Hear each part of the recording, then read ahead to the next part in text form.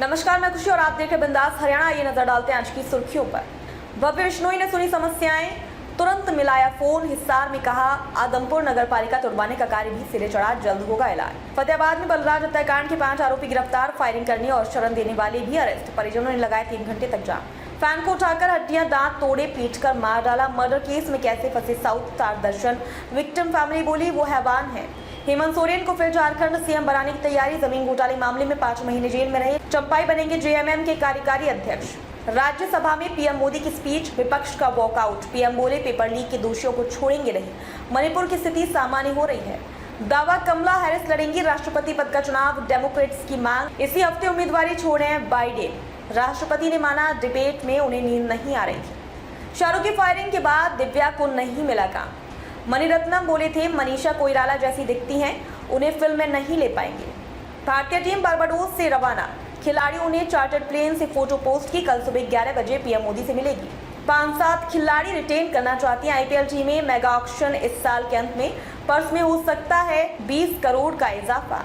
कौन है भोले बाबा, हादसे के बाद कहां भागा। 30 एकड़ में आश्रम, कारों का काफिला। भक्त परमात्मा बुलाते पत्नी को माँ जी। अब खबर विस्तार से।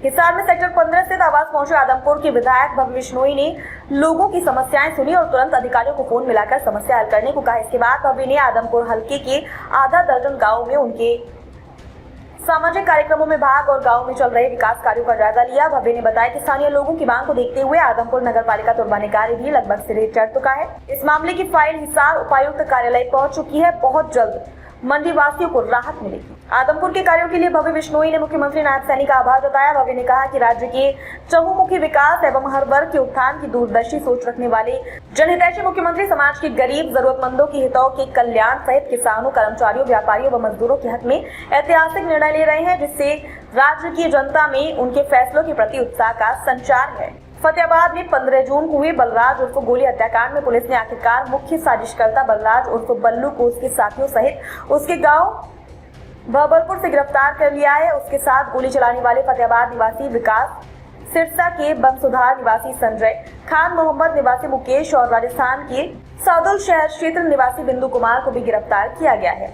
मुख्य आरोपी और गोली चलाने वाला आरोपी वारदात के बाद पंजाब और राजस्थान के इलाकों में भागता रहा और बिंदु ने उन्हें कुछ दिनों तक अपने यहाँ पनाह दी। पुलिस ने इस मामले में अब तक कुल 13 लोगों को गिरफ्तार किया है, जिसमें रेकी करने वाला आरोपी भी शामिल है। पंजाब और राजस्थान में छिपता रहा। डीएसपी राज्यपाल ने बताया कि 2019 में बलराज उर्फ गोली ने अपने साथियों के साथ मिलकर मुख्य साजिशकर्ता बलराज उर्फ बल्लू पर हमला कर उसकी टांग तोड़ दी थी। तभी से बल्लू गोली से रंजिश रखता था और उसी रंजिश के चलते उसने इस वारदात को अंजाम दिया। इसके बाद वह अन्य आरोपियों के साथ शहर से भाग गया और पंजाब और राजस्थान में छिपता रहा। बाद में सादुल शहर के खाईपुर क्षेत्र निवासी बिंदु ने उन्हें 5-6 दिन अपने यहाँ पनाह दी। इसी आधार पर उसे भी गिरफ्तार कर लिया गया है। आरोपी को रिमांड पर लिया जाएगा।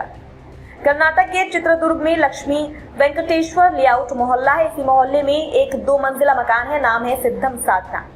ये घर रेणुका स्वामी का है। वही रेणुका स्वामी जिनके मर्डर का आरोप कन्नड़ फिल्मों की सुपरस्टार दर्शन पर लगा है। रेणुका स्वामी के घर में अब बूढ़े माँ बाप और 5 महीने की प्रेग्नेंट पत्नी है। पुलिस के मुताबिक 33 साल के रेणुका स्वामी दर्शन के फैन हैं। उन्होंने दर्शन की दोस्त पवित्रा को इंस्टाग्राम अकाउंट से गंदे मैसेज भेजे थे। इसी गुस्से में दर्शन ने रेणुका स्वामी का मर्डर करवा दिया। हालांकि रेणुका स्वामी का परिवार ऐसा नहीं मानता। परिवार का कहना है कि ये बचने के लिए गढ़ी गई झूठी कहानी है। फैन होता तो दूर, हमने बेटे के मुंह से कभी दर्शन का नाम तक नहीं सुना। बिजली विभाग से रिटायर्ड काशीनाथ कहते हैं 29 जून 2023 को बेटे की शादी हुई थी। आज उसकी शादी की पहली सालगिरह होती। बहू 5 महीने की प्रेग्नेंट है। हम कई महीनों से सेलिब्रेशन की प्लानिंग कर रहे थे। आज घर में मातम की जगह जश्न होता, लेकिन उससे पहले ही उन दरिंदों ने मेरे इकलौते बेटे को बेरहमी से मार दिया। झारखंड की राजनीति में बड़ा बदलाव होने जा रहा है। रांची में सीएम हाउस में चल रही बैठक के अंदर से खबर आ रही है कि झारखंड में सीएम का चेहरा बदलना तय है। सूत्रों की माने तो हेमंत सोरेन फिर से सीएम की कुर्सी पर बैठेंगे। वहीं चंपाई सोरेन जेएमएम के कार्यकारी अध्यक्ष होंगे। हालांकि अभी भी इसकी आधिकारिक घोषणा नहीं हुई है। राज्यपाल सीपी राधाकृष्णन अभी चेन्नई में है। वे आज शाम 7 बजे तक रांची लौट सकते हैं। बताया जा रहा है कि चंपाई सोरेन राज्यपाल के आते ही अपना इस्तीफा सौंप सकते हैं। पूर्व सीएम हेमंत सोरेन 5 दिन पहले जेल से रिहा हुए हैं। उनके जेल से रिहा होते ही झारखंड की राजनीति भी गर्मा गई है। सीएम आवास पर आज इंडिया ब्लॉक की बैठक हो रही है। बैठक में जेएमएम, कांग्रेस और राजद के विधायक और मंत्री शामिल है। आज की इस बैठक को कई लिहाज से महत्वपूर्ण माना जा रहा है। मंगलवार से ही सीएम चंपाई सोरेन के कई कार्यक्रम स्थगित कर दी गए हैं। इसके बाद झामुमो के कार्यकारी अध्यक्ष हेमंत सोरेन उनके मोहराबादी स्थित आवास पर मिलने गए। पीएम मोदी ने बुधवार को राज्यसभा में राष्ट्रपति के अभिभाषण के धन्यवाद प्रस्ताव पर जवाब दिया। 1 घंटा 50 मिनट की स्पीच में प्रधानमंत्री ने नीट, मणिपुर संविधान, कांग्रेस, पश्चिम बंगाल, रोजगार, भ्रष्टाचार, CBI, ED, federalism, emergency, Jammu Kashmir, Indira, Rahul, दलितों पर बोले। प्रधानमंत्री जब 32 मिनट बोल चुके थे तब विपक्ष के नेताओं ने सदन से वॉकआउट किया। वॉकआउट प्रधानमंत्री द्वारा सोनिया गांधी पर निशाना साधने के बाद हुआ। उन्होंने कहा कि ये लोग ऐसे हैं जो ऑटो पायलट और रिमोट पायलट पर सरकार चलाने के आदी हैं। वे काम करने में विश्वास नहीं रखते, वे बस इंतजार करना जानते हैं। इस पर उपराष्ट्रपति और राज्यसभा के सभापति जगदीप धनखड़ बोले, ये लोग मुझे नहीं संविधान को पीठ दिखा रहे हैं। पीएम ने कहा कल उनकी सारी हरकतें फेल हो गई, इसलिए वे मैदान छोड़कर भाग गए। नारे लगाना, चिल्लाना और भाग जाना, यही उनकी नियति है। अमेरिका में पिछले हफ्ते हुई प्रेसिडेंशियल डिबेट के बाद बाइडेन की डेमोक्रेटिक पार्टी के नेता मांग कर रहे हैं कि वह राष्ट्रपति पद के लिए उम्मीदवारी छोड़ दें। टेक्सास से सांसद लॉयड डॉगेट डेमोक्रेटिक पार्टी के पहले नेता हैं जिन्होंने सार्वजनिक तौर पर इसकी मांग की है। दूसरी तरफ अमेरिकी पत्रकार और ट्रंप समर्थन टक्कर कार्लसन ने दावा किया कि राष्ट्रपति जो बाइडेन को डिमेंशिया भूलने की बीमारी है। डेमोक्रेट्स जल्द ही बाइडेन की जगह कमला हैरिस को राष्ट्रपति पद का कैंडिडेट बना सकते हैं। दरअसल अमेरिका में 28 जून को हुई प्रेसिडेंशियल डिबेट के दौरान बाइडेन कई बार अटकते और सुस्त नजर आए थे। विश्लेषकों के मुताबिक वे ट्रंप के खिलाफ डिबेट में हार गए। इसके बाद से ही पार्टी में उनकी उम्र और काबिलियत को लेकर सवाल उठ रहे हैं। एक सर्वे के मुताबिक पार्टी के हर 3 में से एक नेता का मानना है कि बाइडेन को इस हफ्ते राष्ट्रपति पद की उम्मीदवारी से अपना नाम वापस ले लेना चाहिए। प्रोड्यूसर डायरेक्टर मणिरत्नम की फिल्म दिल से शाहरुख खान की करियर की सर्वश्रेष्ठ फिल्मों में से एक है। इस फिल्म में एक्ट्रेस दिव्या दत्ता भी काम करना चाह रही थी। शाहरुख खान ने इस फिल्म के लिए मणिरत्नम से दिव्या के बारे में बात भी की थी, लेकिन डायरेक्टर ने दिव्या के साथ काम करने से इनकार कर दिया। दिल से में शाहरुख खान के अलावा मनीषा कोइराला और प्रीति जिंटा ने अहम किरदार निभाए थे। सिद्धार्थ कन्नन के साथ एक इंटरव्यू में दिव्या दत्ता ने इस बात का खुलासा किया कि कैसे शाहरुख के कहने के बाद भी फिल्म के डायरेक्टर मणिरत्नम ने उन्हें फिल्म में काम नहीं दिया था। दिव्या दत्ता ने कहा, दिल से में कास्टिंग के लिए मैंने शाहरुख की हेल्प ली थी। उन्होंने मणिरत्नम से बात की, लेकिन उन्होंने ये कहकर मना कर दिया कि मेरी और मनीषा कोइराला की शक्ल काफी हद तक मिलती है, उन्हें फिल्म में नहीं ले पाएंगे। T20 वर्ल्ड कप जीतने के बाद 3 दिन से बिरेल तूफान में फंसी टीम इंडिया बारबाडोस से रवाना हो गई है। टीम को एयर इंडिया के champions 24 world cup chartered flight से वापस लाया जा रहा है। टीम गुरुवार सुबह 7 बजे नई दिल्ली पहुंचेगी।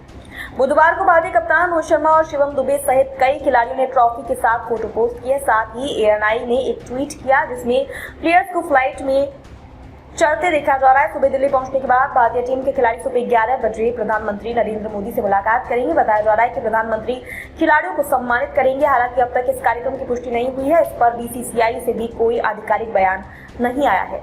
ब्रिजटाउन के ग्रांटी एडम्स इंटरनेशनल एयरपोर्ट ने मंगलवार को अपना ऑपरेशन शुरू कर दिया। इससे पहले टीम को ब्रिजटाउन से शाम 6 बजे स्थानीय समयानुसार 3 जुलाई 3:30 बजे सुबह भारतीय समयानुसार रवाना होना था। तूफान बेरिल अब कैटेगरी 5 से नीचे आकर कैटेगरी 4 का तूफान बन गया है और जमैका की ओर बढ़ रहा है। Ayush camera checker. Indian Premier League की टीमों ने अगले 3 सीजन के लिए प्लेयर रिटेंशन की संख्या बढ़ाने का अनुरोध किया है। क्रिकबज़ की एक रिपोर्ट के मुताबिक 10 फ्रेंचाइजी की राय अलग अलग रही, लेकिन अधिकांश ने पहले की तुलना में अधिक रिटेंशन की मांग की। ज्यादातर टीमें अपने 5-7 खिलाड़ी रिटेन करना चाहती हैं। इनमें से एक ने 8 का सुझाव भी दिया है। वहीं कुछ टीमों ने कोई भी रिटेंशन नहीं होना चाहिए ऐसा सुझाव दिया है। मेगा ऑक्शन इस साल के अंत में हो सकता है। वहीं इम्पैक्ट प्लेयर नियम बने रहने की उम्मीद है। बीसीसीआई ने 2021 में फ्रेंचाइजी को अधिकतम 4 खिलाड़ियों को रिटर्न करने की अनुमति दी है। इसमें 3 से अधिक भारतीय और 2 से अधिक विदेशी खिलाड़ी नहीं हो सकते थे। रिपोर्ट्स के अनुसार बीसीसीआई ने रिटेंशन पॉलिसी को अंतिम रूप देने की प्रक्रिया शुरू की है। इस महीने के अंत में मालिकों की एक मीटिंग में अंतिम फैसले के बाद घोषणा होने की उम्मीद है। बैठक तब होने की उम्मीद है जब सभी मालिक हिस्सा लेने के लिए उपलब्ध होंगे। यूपी के हाथरस में मंगलवार को सत्संग के बाद भगदड़ मच गई। इसमें महिलाएं और बच्चे फंस गए। भीड़ ने उन्हें कुचल दिया और शवों की ढेर लग गए। अब तक 122 लोगों की मौत हो चुकी है। मरने वालों में ज्यादातर बच्चे, बुजुर्ग और महिलाएं हैं। हाल के सालों में ये सबसे बड़ी त्रासदी है। भगदड़ उस समय हुई जब लोग भोले बाबा के चरणों की धूल लेने को टूट पड़े। वॉलंटियर्स ने वाटर कैनन से पानी की बौछार की। लोग फिसले और जमीन पर गिरे, फिर एक दूसरे को रोकते हुए निकल गए। हादसे के बाद भोले बाबा फरार हो गए। हादसे के 17 घंटे बाद भी पुलिस को उसकी लोकेशन नहीं मिली। भोले बाबा का आश्रम 30 एकड़ में है। उसने खुद की आर्मी बना रखी है। यौन शोषण समेत 5 मुकदमे दर्ज हैं। यूपी पुलिस में हेड कांस्टेबल रहते हुए यौन शोषण का आरोप लगा तो उसे बर्खास्त कर दिया गया था। जेल भी गया, बाहर आया तो नाम और पहचान बदल ली। अनुयायी भोले बाबा उर्फ साकर विश्वहरि को परमात्मा कहते हैं, जबकि उसकी पत्नी को मां जी।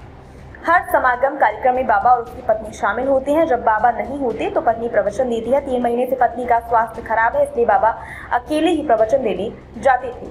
अब तक के लिए बस इतना ही। फिर होगी आपसे मुलाकात ऐसी दिन भर की बड़ी खबरों के साथ। तब तक के लिए नमस्कार और देखते रहिए बिंदास हरियाणा।